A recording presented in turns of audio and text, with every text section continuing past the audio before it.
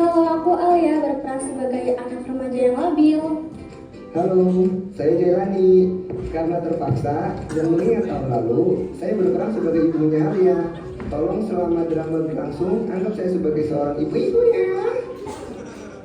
Halo, aku Pipit. Aku berperan sebagai bapaknya Alia karena saya mau jadi Lucky. Istrinya? Mas Doni. Halo, aku Hilda. Aku berperan sebagai Sarap sedihnya Alia. Halo, aku Intan. Aku berperan sebagai Sarah percaya diri. Kalau aku happy, Alia juga happy. Yuhu. Halo, gua Bad Boys, gua berperan sebagai Sarap marah. Apa ini si Adit? Nggak usah seneng-seneng loh. Kita harus bikin Alia penuh amarah biar Alia nggak diremehin sama sekitarnya. Halo, saya Vino. Nggak mau lanjut takut kalian semua tatapannya jahat. Nggak mau, takut. Halo, saya Saiful. Saya berperan sebagai saraf malunya Alia. Suatu hari, ada sebuah keluarga kecil bahagia yang sedang dalam perjalanan menuju rumah baru mereka. Mereka berpindah rumah karena tuntutan pekerjaan sang bapak yang membuat mereka harus pindah dari desa Konoha ke desa Penari. Bismillah ya Bu, semoga ibu di rumah baru kita ini tetangganya baik-baik, ada bayang semua. Iya Pak, amin. Semoga nanti bisa dapetin judul baru ya.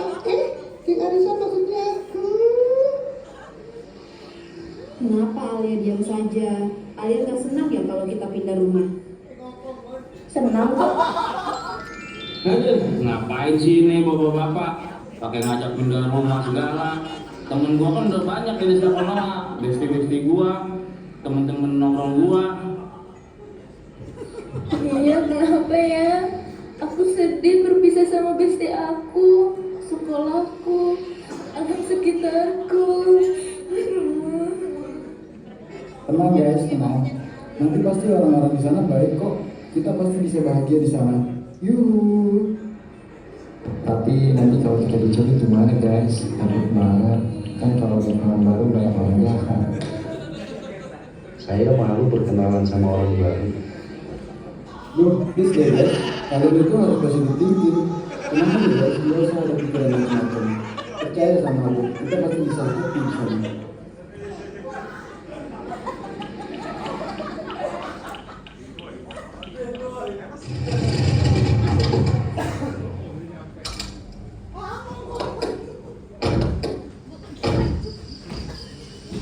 Alhamdulillah sudah sampai. Ini rumah baru kita. Jelek ya? Alhamdulillah ya Pak. Ayo Pak, kita langsung bikin dede. Waduh, gas dulu.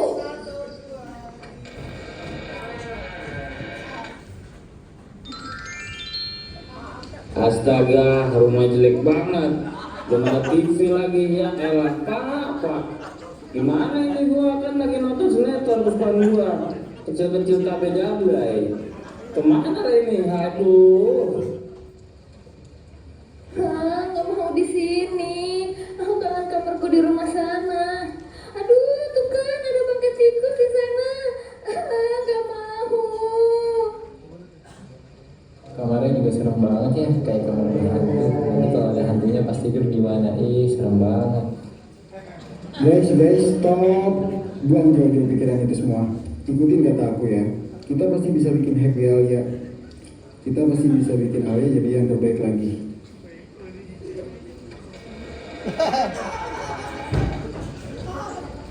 Alia kenapa?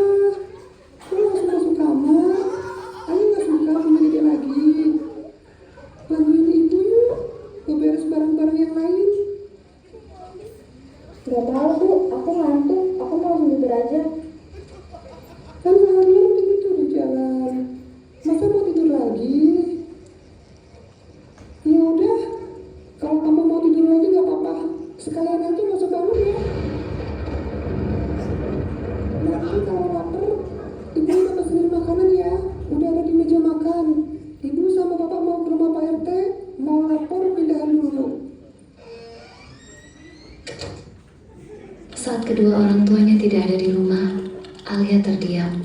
Pikirannya berisik, rumahnya ternyata tidak sebagus yang dia kira. dia dipenuhi perasaan takut, marah, kecewa dengan orang tuanya, padahal di lingkungannya yang dulu, dia punya sahabat baik, sekolah yang bagus, dan tetangga yang asik. Tapi sekarang, dia harus beradaptasi kembali. Sedih karena merasa orang tuanya tidak mengerti perasaan dia. Akhirnya, dia memutuskan untuk kabur dari rumah.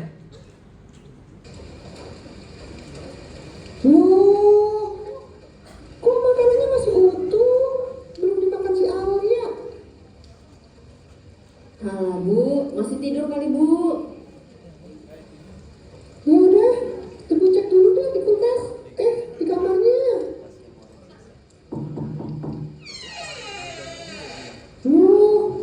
Alia nggak ada di kamar. Kemana dia? Pak, Alia nggak ada di kamar. Hah? Di kamar mandi juga nggak ada Bu? Nggak ada Pak. Diselokan kan ya? Hah, Ibu ini.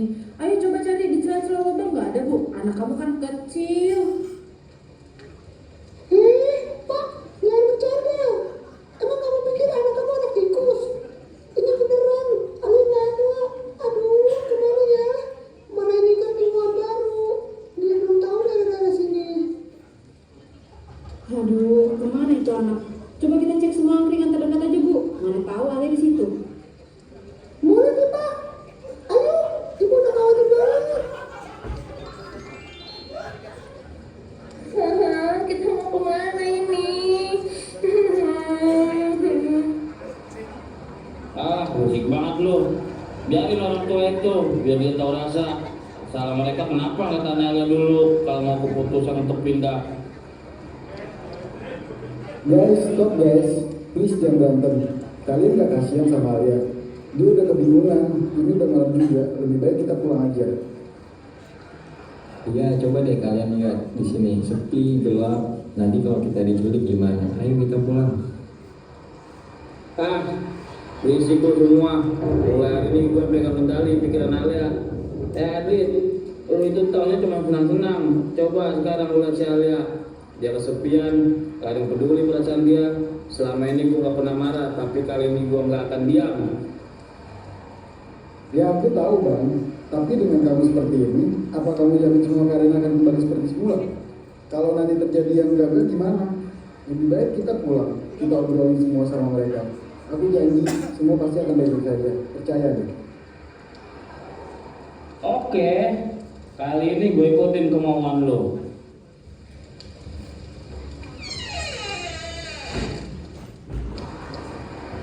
Astaga Alia, kamu dari mana? Kamu kenapa sih Al? Kenapa kamu jadi rebel kayak gini? Mau jadian apa kamu baru pulang jam segini Han? Kenapa kamu keluar ya bilang-bilang?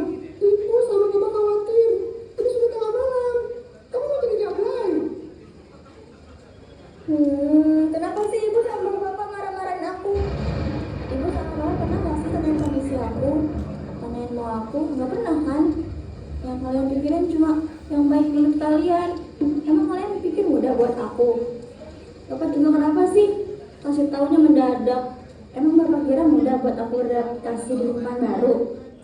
Mendengar perkataan itu, bapak dan ibu terdiam dan tertunduk. Mereka tidak menyangka bahwa keputusan mereka untuk pindah tidak disambut baik oleh putri mereka. Selama ini, mereka mengira bahwa setiap keputusan yang diambil adalah yang terbaik bagi sang buah hati. Namun, setelah mendengar ungkapan hati Alia, rasa bersalah mulai menyelimuti dan mereka menyesal karena tidak menanyakan pendapat Alia terlebih dahulu. Alia, maafin ibu dan bapak ya. Maaf, ibu dan bapak terlalu egois. Ibu dan bapak selalu berpikir bahwa apapun keputusan yang ibu dan bapak buat, Alia pasti setuju. Bahkan, ibu memaksakan Alia untuk setuju tanpa mendengarkan pendapat Alia terlebih dahulu. Padahal Alia sudah besar. Pasti Alia punya pandangan Alia sendiri. Maafkan ibu dan bapak ya Alia. Iya Alia, maafkan Bapak ya. Bapak tidak peka dengan perasaan kalian. Setelah kejadian ini, Bapak dan Ibu berjanji apapun keputusan yang Ibu dan Bapak buat, Terlebih itu menyangkut dengan Alia, ibu dan bapak akan berdiskusi lebih dulu dengan Alia. Maafin Alia juga ya Pak, Bu, Alia udah bentak-bentak ibu sama bapak. It's okay to not be okay. Kita sering memaksa diri untuk selalu terlihat ceria, sampai lupa bahwa emosi lain yang juga punya peran penting untuk menjaga kita. Kedewasaan bukan berarti hilangnya emosi negatif, tapi bagaimana kita merangkul semua perasaan itu untuk menciptakan memori yang lebih bermakna. Jadi jangan takut untuk merasa sedih, karena itu adalah bagian dari proses menjadi diri sendiri. Dari cerita tersebut dapat diambil pesan bahwa komunikasi bukan hanya tentang menyampaikan keputusan, tetapi tentang berbagi rasa dan mendengarkan perspektif satu sama lain.